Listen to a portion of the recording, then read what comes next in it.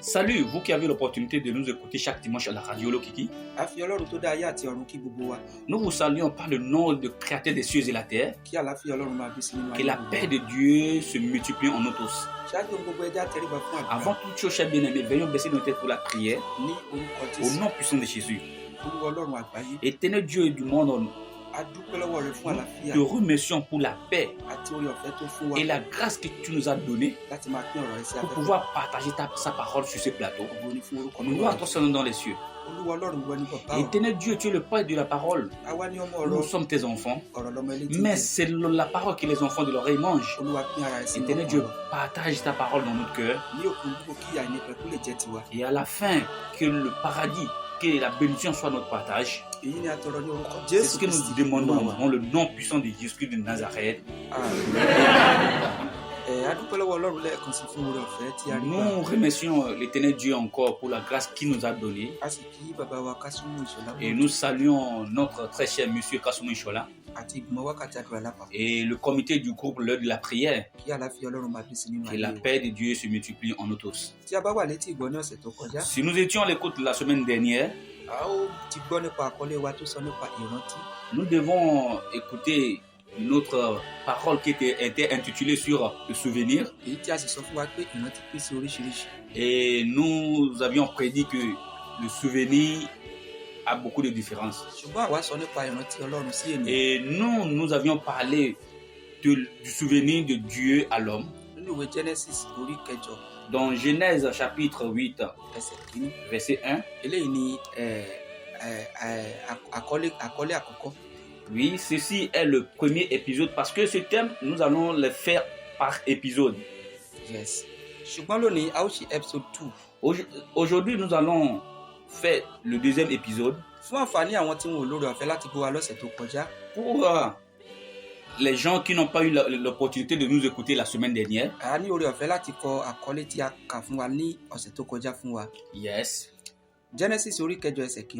Genèse chapitre 8, premier verset. Dieu se souvient de Noé, de tous les animaux, de tout le bétail qui était avec lui dans l'arche. Dieu fit passer un vent sur la terre et les eaux s'apaisèrent. Je ne connais pas dans quelles eaux que tu es dans ce monde. Si nous parlons de l'eau de ce monde, nous parlons des souffrances. Mais je prie pour toi en ce moment. Dieu qui a fait sortir Noé par sa grâce des eaux, utilisera la même grâce pour pouvoir te sortir de l'eau du malheur. Au nom puissant de Jésus. Amen. Dans le deuxième épisode aujourd'hui, chez bien-aimé. Yes. Voilà. Ce thème a beaucoup de puissance, chez bien-aimé. Laisse-moi te dire, chez bien-aimé. Et nous verrons, ou bien vous devez voir, ou bien nous voyons certaines personnes aujourd'hui qui la souffrance les maintient. C'est parce qu'on n'a pas ouvert le livre de souvenirs pour eux. Si on s'est souvenu d'eux, sûrement que quelqu'un va leur faire grâce. Parce que c'est Dieu qui envoie. Parce que c'est Dieu qui envoie un homme béni à l'homme. Et c'est la personne que Dieu nous envoie qui nous bénit. Voilà pourquoi à chaque instant, à chaque moment, chez bien-aimé, l'homme a besoin de la prière pour que Dieu se souvienne de cette personne. Parce que si l'homme vit sur cette terre et le livre de souvenirs ne s'ouvre pas pour lui, et cette personne peut demeurer dans la prière. Yes.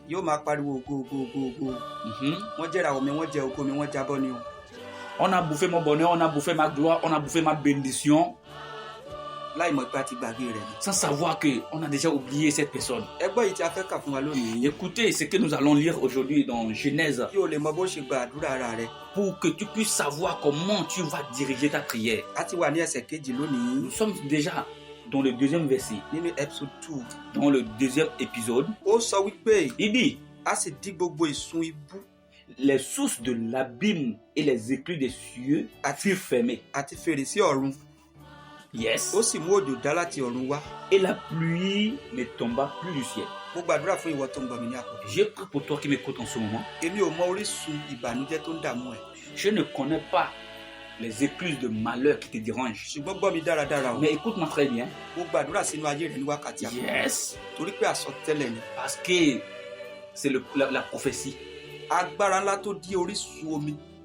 La grande puissance qui a fermé les écluses des eaux.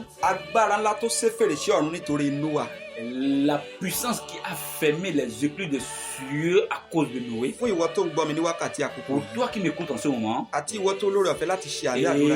toi que tu as donné l'opportunité de dire une grande amen au nom puissant de Jésus. Et cette puissance ferme la porte du malheur dans ta vie. Ce qui veut dire qu'à partir de cet instant, le malheur ne sera plus ton partage. Et tu vivras tranquillement dans le nom puissant de Jésus. Et si nous allons décortiquer comme il faut cette parole, et que nous avions dit que les sources de l'abîme et les écluses des cieux furent fermées, et les écluses des cieux, les écluses qui étaient fermés, c'est ce que nous appelons les écluses du malheur. Cher bien-aimé, tu as besoin de la prière dans ta vie. Cher bien-aimé, le fait de parler en langue, le fait de sauter de gauche à droite ne peut pas te faire sortir du malheur que tu es. Oui. La pluie qui tombe vient de quelque part. Maintenant, quand Dieu veut arracher Noé de mauvaises eaux et qu'il veut que le malheur s'éteigne dans sa vie, qu'est-ce que Dieu a fait premièrement? Là où la pluie tomba, Dieu a fermé la porte de cette pluie. Là où cette eau est en train de descendre, Dieu a fermé cette porte. Ce qui veut dire que Dieu veut arracher Noé de mauvaises eaux. Écoute-moi très bien, toi qui m'écoutes en ce moment. La prière que tu es en train de faire ne suffit pas. Là où le malheur quitte pour venir dans ta vie, laisse-moi te dire que tu dois diriger ta prière vers cet endroit. Je suis sûr que tu as à la foi en Dieu. Je veux prophétiser dans ta vie. Et ce sera ainsi dans ta vie. Toutes les écluses de maladie, toutes les écluses du malheur, tous les éclus de non-avancement, de non-fiance, qui fait en sorte que la maladie passe à revient, qui fait en sorte que ta vie n'arrive pas à trouver de solution. La puissance qui a fermé les portes des écluses, qui a fait en sorte que la pluie s'est arrêtée instantanément, qui a fait en sorte que nous avions arraché Noé de l'abîme des eaux, au nom puissant de Jésus. Et cette puissance ferme les portes de malheur dans ta vie. Et la grâce sera ton partage. Que ça soit ainsi dans ta vie, au nom puissant de Jésus de Nazareth. Bien-aimé, ne ferme pas ta bouche sur ce témoignage. Et contacte-nous pour pouvoir partager le témoignage que tu feras après cette prière. Parce que c'est ce témoignage qui fera en sorte que non, la grâce de Dieu continuera dans ta vie. La grâce sera ton partage. Et cher bien-aimé, nous ne pouvons pas terminer encore aujourd'hui. Nous allons continuer encore la semaine prochaine sur l'épisode 3. Yes. Qu'est-ce que tu pourras faire? Quelle démarche que tu pourras entamer? Tu vas écouter cela dans notre bouche. C'est ici que nous allons arrêter aujourd'hui. Plus d'informations, veuillez nous contacter sur notre numéro social. Plus 281 66 69 61 53. Yes. Ouais. Vous connaîtrez la vérité et la vérité vous affranchira. Amen.